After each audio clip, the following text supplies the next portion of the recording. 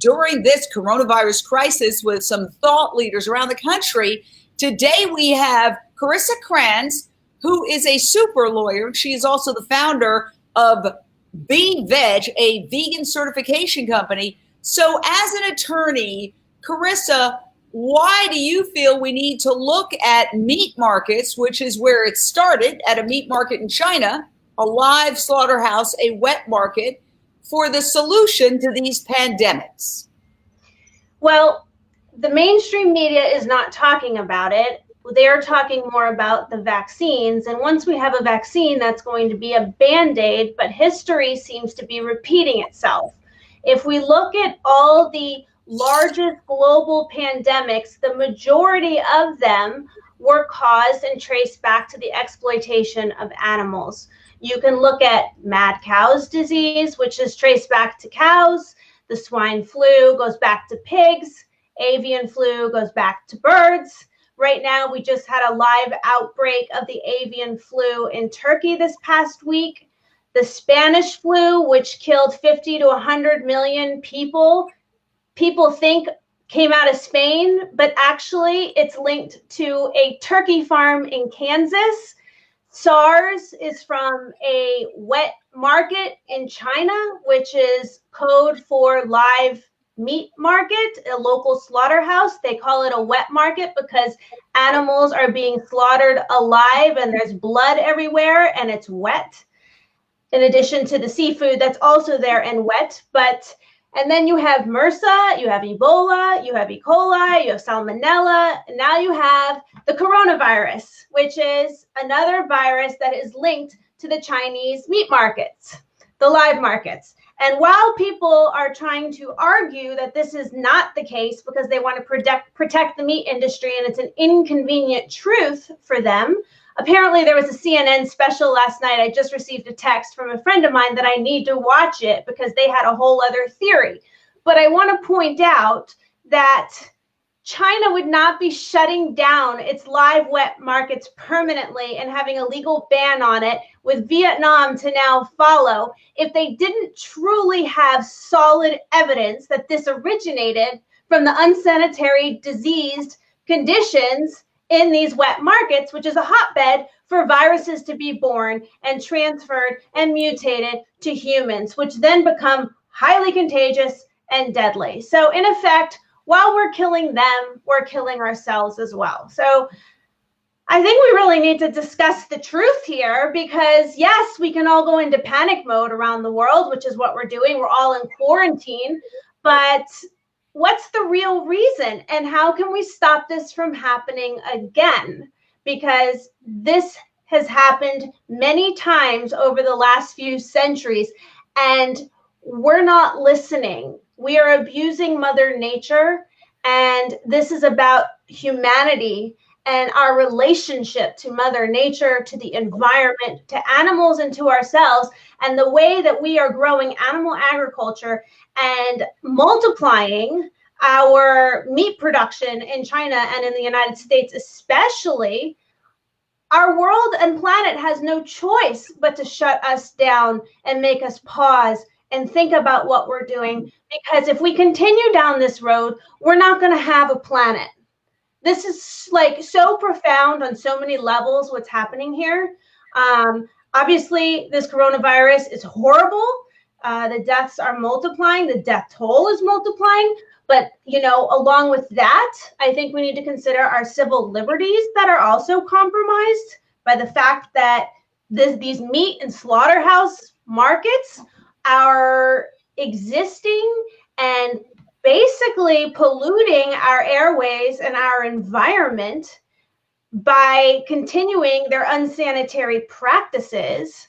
And by doing so, we're not allowed to, our basic right to life is being taken from us as the death toll increases.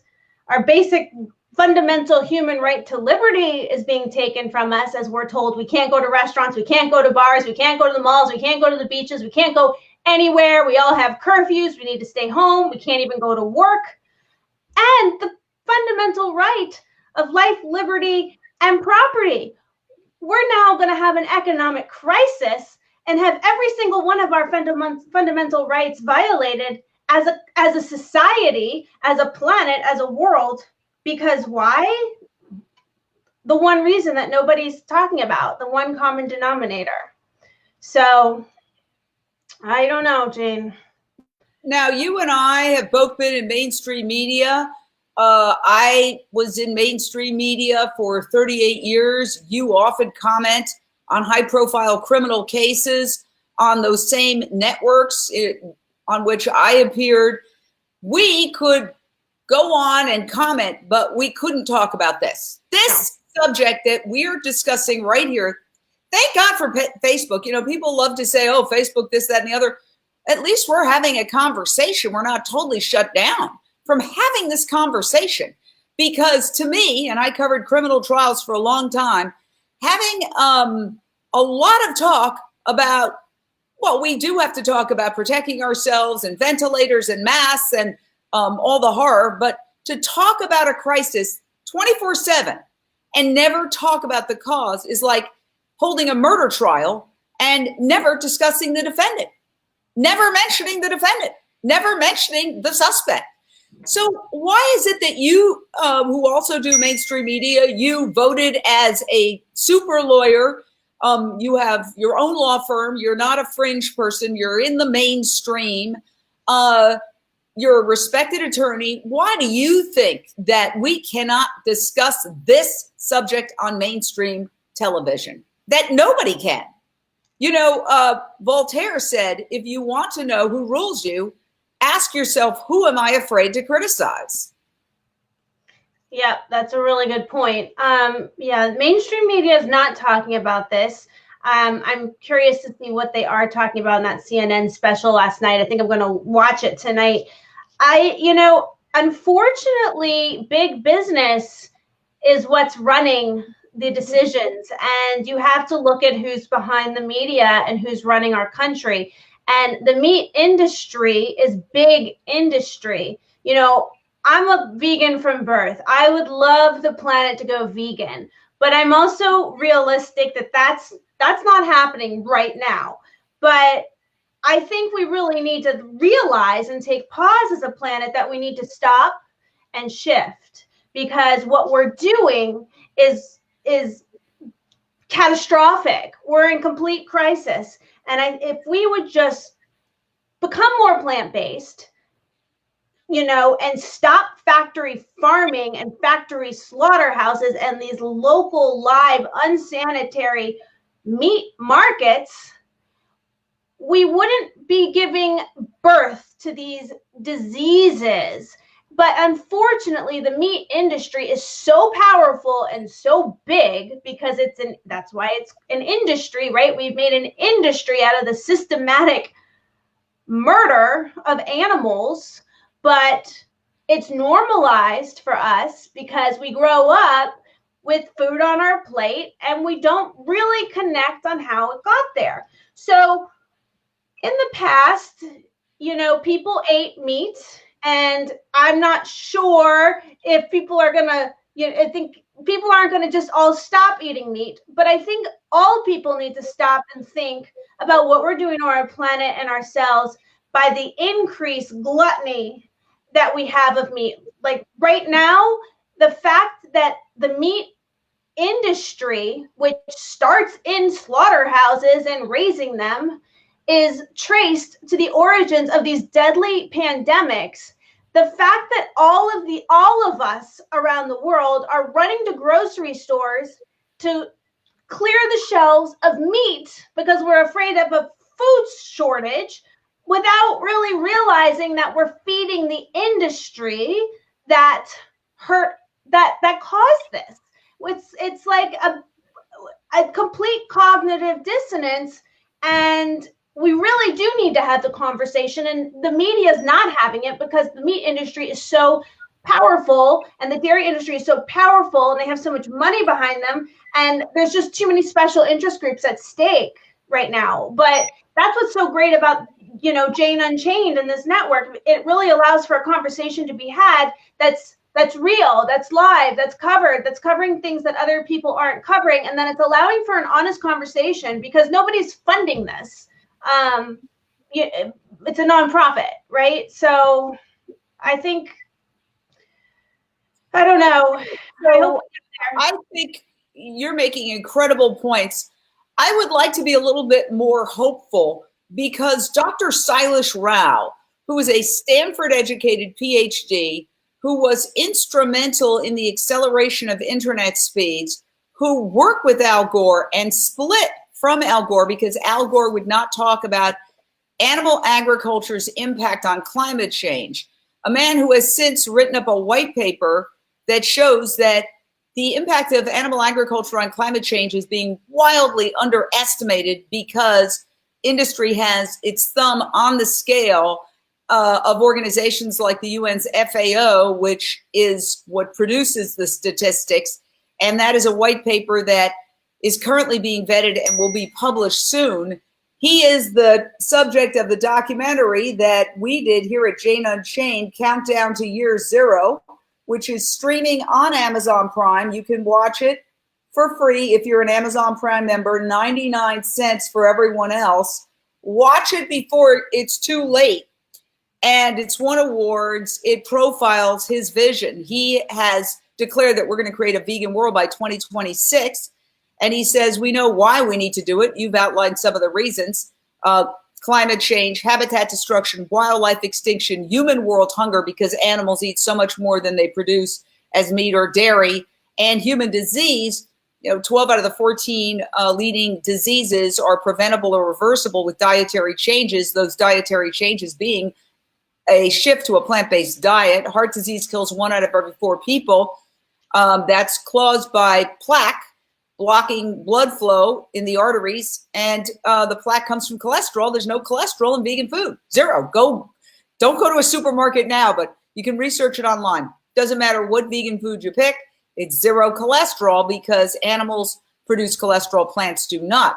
So he has said that we are going to have a vegan world by 2026, and he's using the same methodology that he used with many other people working in coordination with other people to radically increase the internet speeds. And he points out that they said it couldn't be done. And he points out that in the early 90s, we all had our first computer that we looked at, and it was like a spaceship, and we didn't know code, so we couldn't turn it on. And wow. And we wondered, do we need this? And now it's something that's here on the phone. By the way, please share this out. You can just go to if you're watching it, you're on our Facebook page, just hit share it.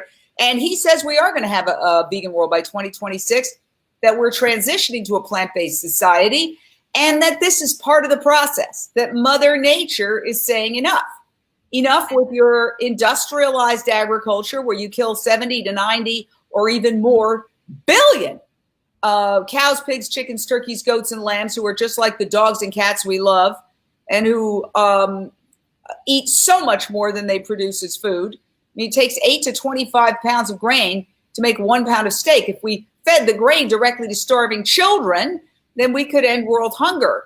All of this is outlined in my documentary, Countdown to Year Zero, which, again, it's an educational documentary, and it's available on Amazon Prime. You can just put in Countdown to Year Zero, it pops up. So he says, when we interviewed him just the other day, and we're going to interview him again next week, this is part of the process, that the old system has to hit bottom.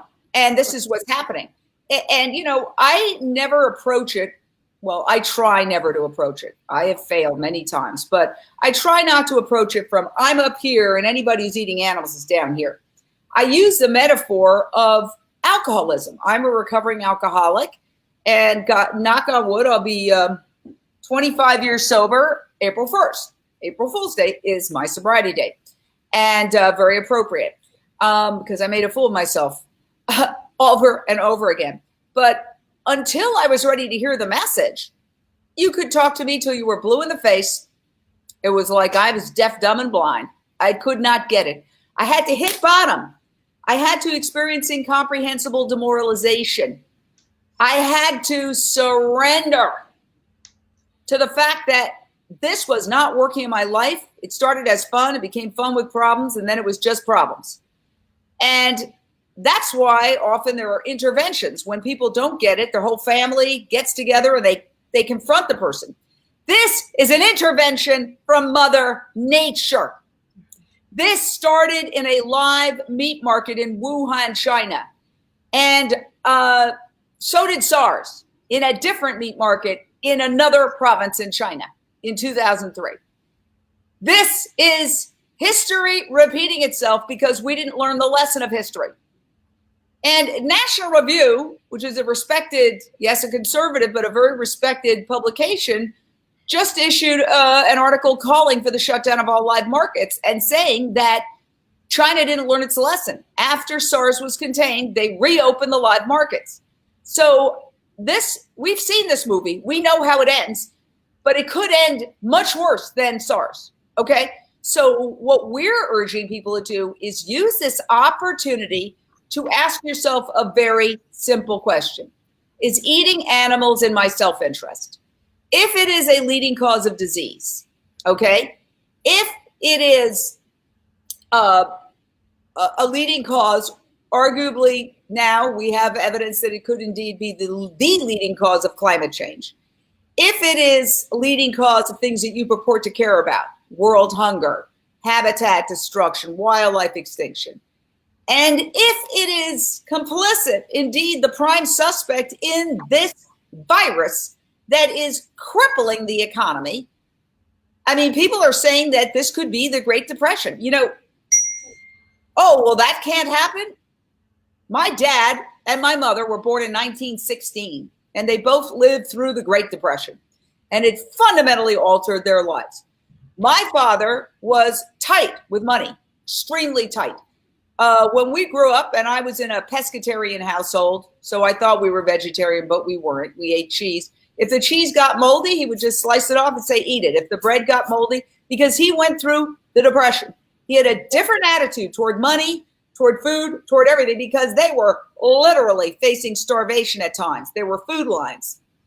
Okay? So this is going to fundamentally alter our outlook too. Whether or not it's going to reach the same level as the Great Depression, who knows? I mean, it could bounce back. I have no idea. I'm not a psychic or a financial prognosticator. But what I'm saying is this has to fundamentally alter our attitude and how we navigate the world. Today, I saw ducks flying in formation in the creek behind my house, which they've never done before. And I've lived here since 1990. And they were doing these skids where they skid into the water, kind of like having fun. And I thought they're celebrating. They're happy. The water's getting cleaner. The air is less polluted. They've seen it from the satellite footage. There is tremendous suffering, and I'm not minimizing that. My heart goes out to people who are sick. I just heard from somebody sharing a story that they had to bury people are dying. Okay. So I'm not minimizing it. But what I am saying is that there is a lesson buried in here, and it behooves us to discuss what the lesson is and to learn from the lesson. And so what are your thoughts on that? Carissa Kranz, we're talking to Carissa Kranz, a super lawyer based in Florida, who is also the founder of BeVeg, a vegan certification company. She happens to be vegan from birth. She has a big law firm. She's a mainstream person. We are discussing the fact that we're having a conversation that the media is not allowed to have. They won't give themselves permission to have this conversation. Go ahead. Well, and I think it's fun, Jane, to be here with you, because you and I have, for people who are just joining and don't know, you and I have done, been on the Nancy Grace show. You sat in for Nancy. I've done CNN, Dr. Drew. I hosted a show in New York with Dan Abrams, which is a crime show. It was called Law and Crime. And we went live covering the country's top court trials, which was all blood and gore. And I basically left all of that, despite the glitz and glamour and the million Facebook likes because my friends thought it was cool, because I wanted to give and use the airwaves a more meaningful message. I think I have a responsibility to that. I think we all do. So I think you brought up some important things that I'm going to try to remember to address.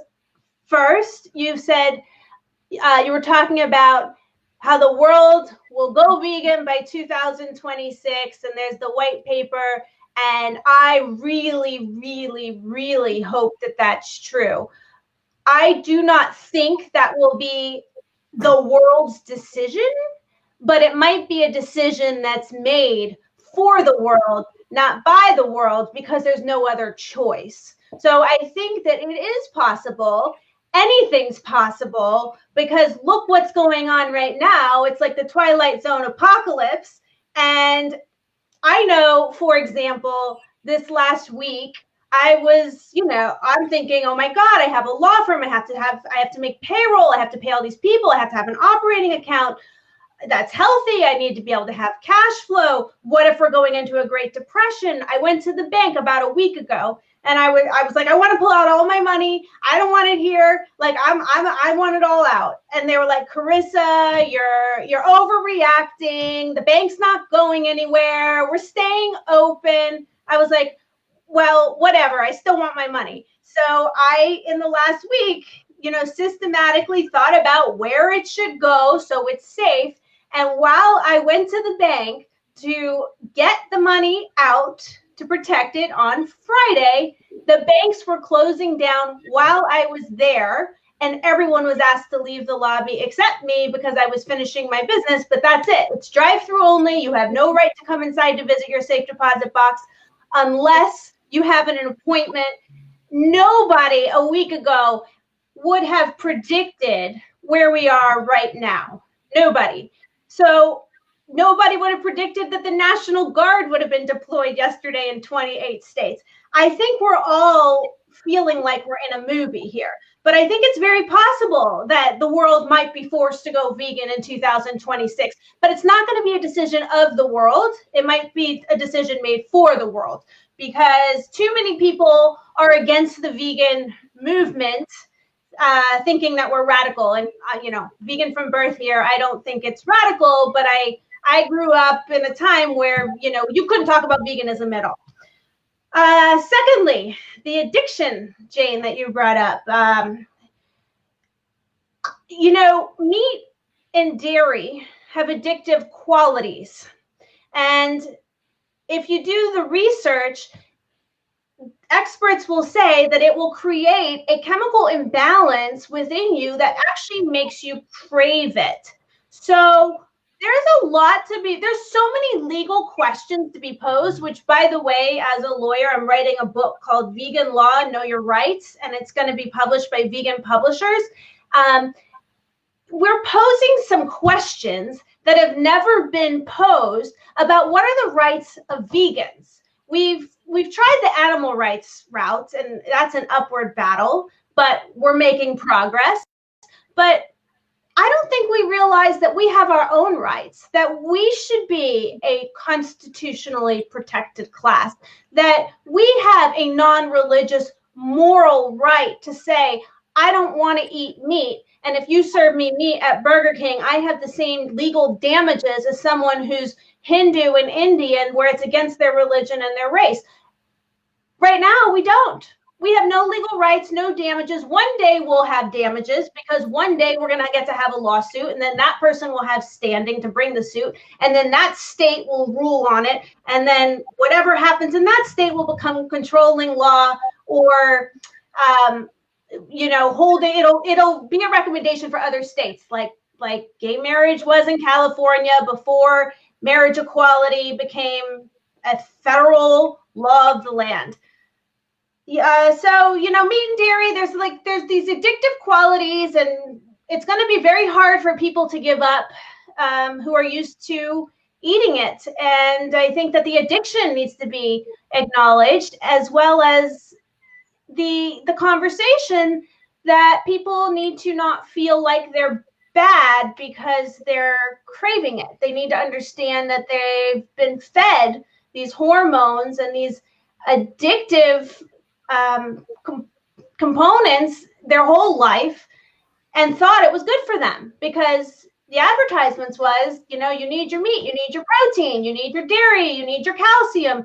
I grew up when the food pyramid was meat and dairy, and all my teachers thought that I was malnourished, that I was not getting my nutrition. My parents got divorced when I was 5. My dad wanted me to go to a nutritionist because he thought I wasn't going to grow up healthy if I was going to be vegan. So I think that this is, as Jane, you said, this is about how human nature is going to treat Mother Nature. And this is a Mother Nature intervention. And we need to really think about what our wishes as mankind, what do we want human nature to be and to do to Mother Nature? What is it that our legacy that we want it to be?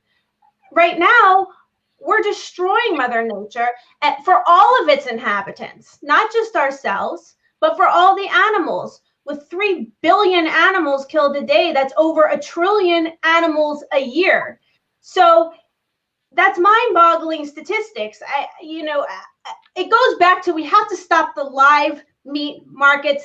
We have to stop the mass factory farming, the mass slaughterhouses. We need to transition the industry and the jobs from the greed of systematic murder, is what it is. And it's the law of unintended consequences. There's no wonder that we are falling apart as a society in every way right now: health, economic. I don't remember the last time every world government agrees to shut down the world or to do anything. And suddenly all world governments are pretty much cooperating to stop this pandemic.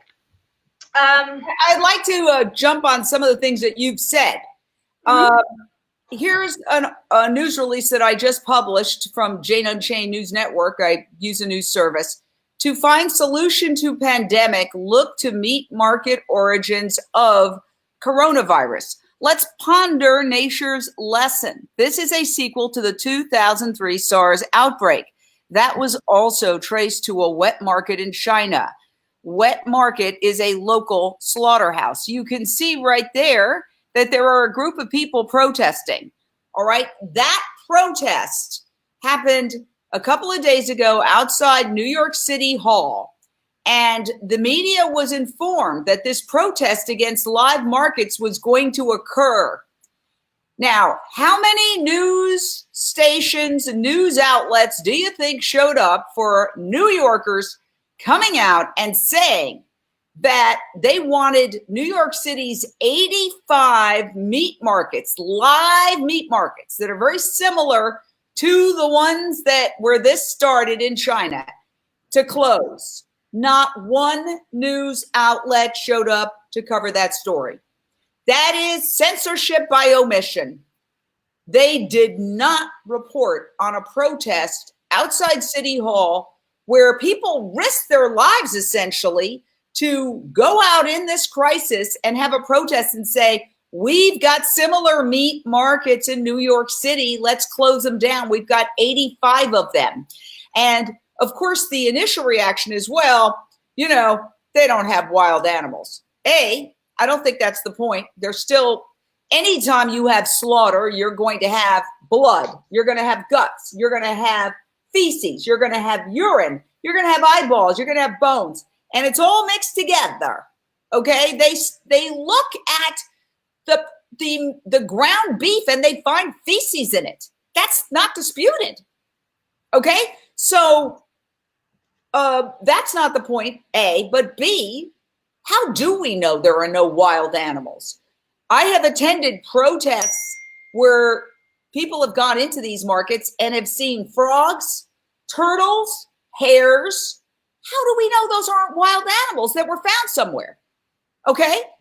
Last time I checked, there isn't a factory farm for frogs.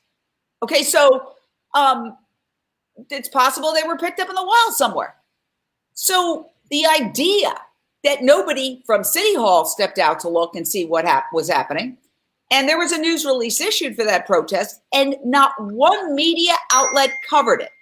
Now, That sounds like, well, maybe there was a mistake. No.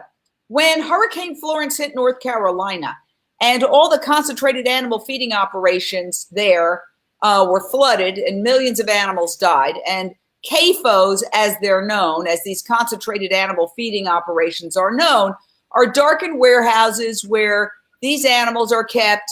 They never touch grass. They never see the sky.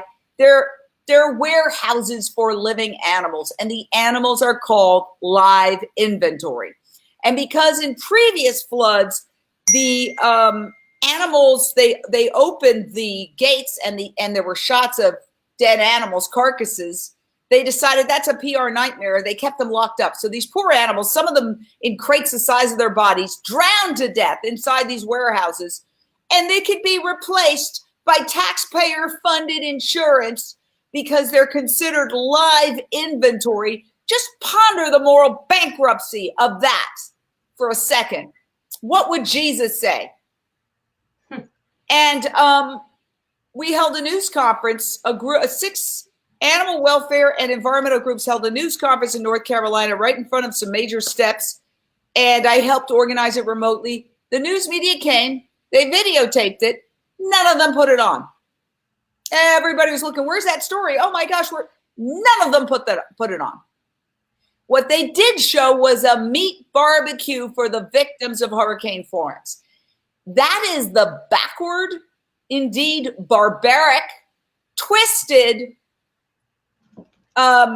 coverage that the average American gets. So they can't even discuss the subject.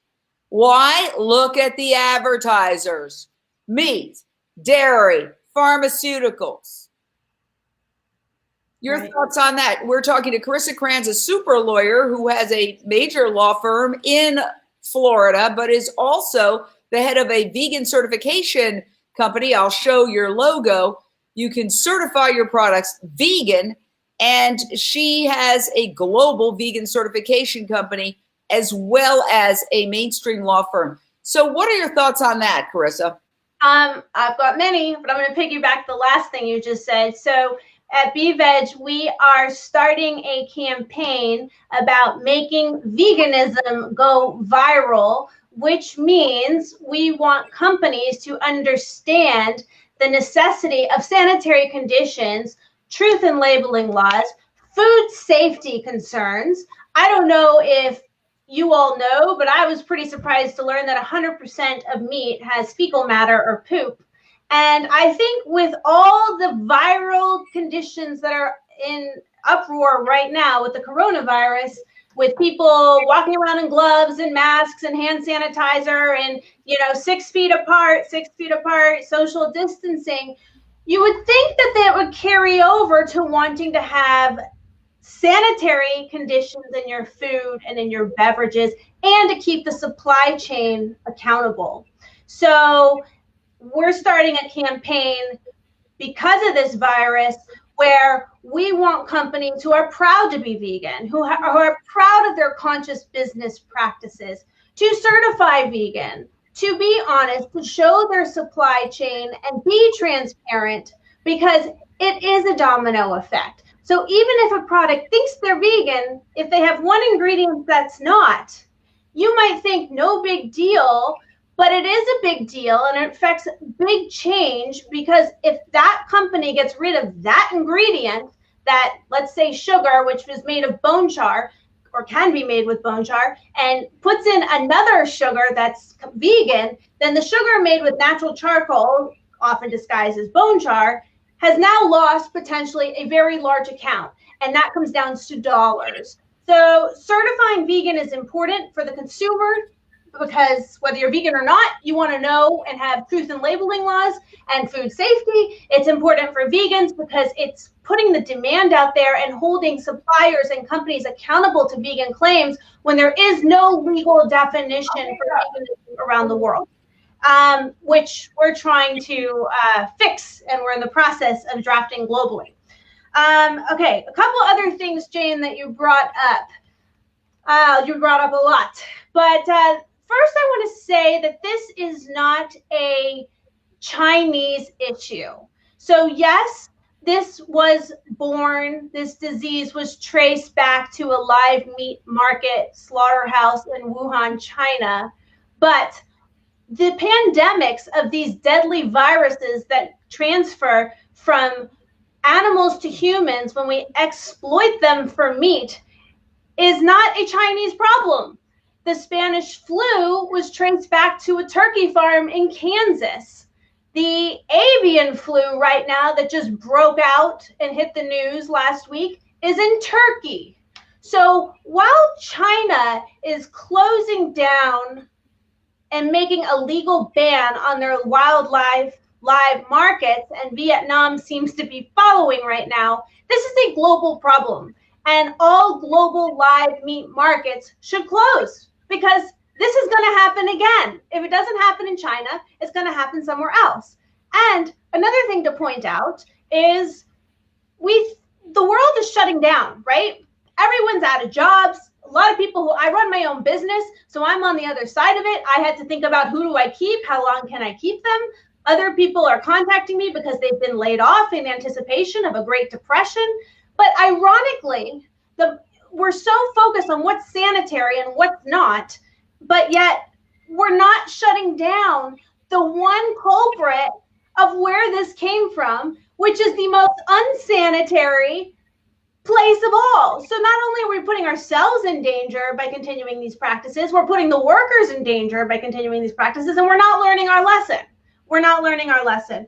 So until we wake up as a society and make a shift, I mean, we're going to have no choice. What's happening right now is showing us that if we don't get wise and make some changes globally, we're not going to have a planet left.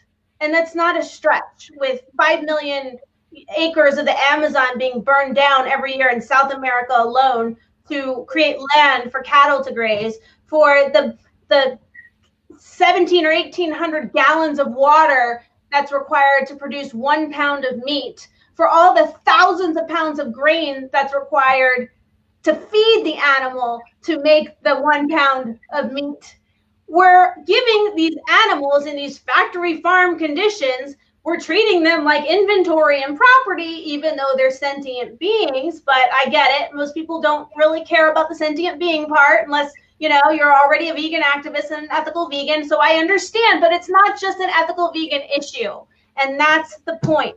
This is all connected. It's an environmental issue. It's a world hunger issue. It's a human health crisis issue.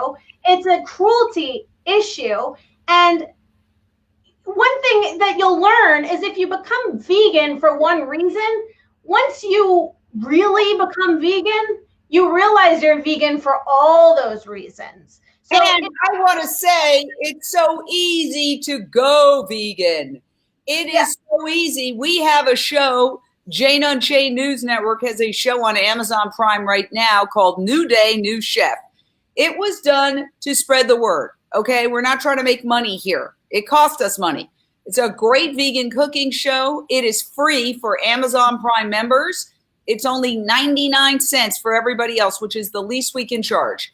So it's fun. It shows you can make anything that you enjoy, whether it's tacos, pizza, deviled eggs, wings. All of this can be made and veganized by changing a few simple ingredients. So this is not such a big leap for humanity to make, especially now that we have meat alternatives. We have vegan cheeses that are delicious. Yeah, they weren't great 10 years ago, but it's not 10 years ago. It's today. And we have the opportunity to transition with no sacrifice. I mean, I've gone through the whole transition with my neighbors where, they would roll their eyes and walk the other way. Some still do, but once Beyond Meat became the most successful initial public offering since the 2008 financial crisis, obviously it's down now, but everything's down now. But wow, it started getting some respect. People started trying the Beyond Meat burgers. They've tried the Impossible burgers. There's no sacrifice. Do you think I don't have cookouts? Our Lunch Break Live daily vegan cooking show started as soon as Facebook started doing lives. I tested it on my deck. I found out that, yes, Oh, my deck has Wi-Fi. I can go live. I had vegan cookouts. I have gone live many, many times with cookouts. 4th of July, this, that, and the other. I don't sacrifice. You think we don't celebrate Thanksgiving? Of course we celebrate Thanksgiving. The only thing missing is a dead turkey in the middle. And we have vegan alternatives like tofurkey. And we go really crazy on all the fixings and the sweet potatoes. And I, have a lot of people over. That snarky vegan girl makes a lot of great dishes. A sweet potato with vegan marshmallows. Yes, there are vegan marshmallows. You don't have to get gelatin marshmallows. So where's the sacrifice? This is just a mental switch that needs to be made. There is really no sacrifice today. The vegan cheeses, I had a condom association meeting and I put out the vegan cheeses and I didn't say a word and everybody ate them. And then afterwards I said, by the way, those are non-dairy cheeses. You had brie, you had camembert, you had cheddar, you had all these great cheeses. They can make them plant-based. We all know about the plant-based milks, the plant-based cheeses, the plant-based yogurts, the plant-based bacon, the plant-based burgers, the plant-based this, that, and the other. That's what we showcase every day on our daily vegan cooking show. Then people turn around and go, well, it's processed. Okay, you wouldn't just eat the fruits, vegetables, nuts, and grains that are there for you, that nature provides, that you can get at any supermarket or any farmer's market. It's right there staring at you in the face. 10,000 different combinations of vegetables and grains. So we came up with these things that look just like your favorite comfort food.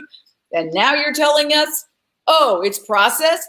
Guess what? Meat is processed too. Deli slices are processed. Processed meat, that a hamburger that is from an animal can contain the body parts of hundreds of different animals because the ground beef comes from everywhere. The only difference is processed meat has officially been determined by the World Health Organization to be cancer-causing. It's a carcinogen, whereas these other products aren't because there's no meat in them. So we've really laid out our case. Some final thoughts, Carissa. Yeah, I think you're Carissa Kranz, super lawyer based out of Florida. I'm here in Los Angeles, and we're discussing, how we can learn from this coronavirus crisis. Yes. Well, I think what I've noticed is people have joined later and they've missed some of the things that we said before. So I think whatever videos left over when we're done and on Facebook, they should watch it because I think we brought up a lot of really good points. The first is mainstream media is not talking about the root cause of the virus, but it's not by coincidence that China is closing down and legally banning all of its wildlife live markets because they have traced it there. But it's an inconvenient truth for people who want to support the meat industry. Another point to really drive home is that most of the world's global pandemics over the last few centuries are all traced back to the exploitation of animals. You can look at SARS, which came from a live meat animal market, just like coronavirus. You have MERS, you have Salmonella, you have E. coli, you have Ebola. You have mad cow's disease, which comes from the exploitation of cows. You have swine flu, which comes from the exploitation and killing of pigs for meat. You have the avian flu, which comes from the exploitation of birds for meat. You have the avian flu outbreak that's last week in Turkey. You have the Spanish flu that people think is from Spain, but it's really traced back to a turkey farm in Kansas. So history is repeating itself. And we're all stuck at home and in quarantine, and this is a time for us to take pause. All right. We had something's going on here. I don't know what the heck it is. I'm hearing a noise that I've never heard before. The weirdness is just starting, people. Okay? This is like being trapped in some kind of crazy horror movie. Now I'm hearing some crazy noises that I've never heard before. And there is talk that, with everybody on the planet, on the internet, that let's hope it holds up. That will be very interesting. So I just want to say thank you so much. Carissa Kranz, super lawyer, vegan from birth, the founder of BeVeg. I do hope you check out her vegan certification company. She certifies globally. It's called BeVeg. I also hope you check out New Day, New Chef. It's on Amazon Prime now. It's streaming on Amazon, and a lot of people are binge watching it. It's super fun. We do so many fun things. We do a blender dance that you got to see to believe. Just great chefs. That the lady that you're looking at there that I'm interviewing with the headband, she is 69 years old. She can do a 4-minute plank. So I'm going to wrap it up because I think we're getting a little kooky here on this noise. I don't know if you can hear it, but it sounds weird on your end. What? It sounds weird on your end. I don't know what. Woo! Twilight Zone. Yeah, it's the Twilight Zone. The Twilight Zone starting. So anyway, thank you for joining us. Stay safe and just consider transitioning to a vegan diet. If the word vegan scares you, plant-based is good. Just fruits and vegetables, nuts and grains. Stay safe. Thank you, Carissa. And make veganism viral. And make veganism viral. Yeah.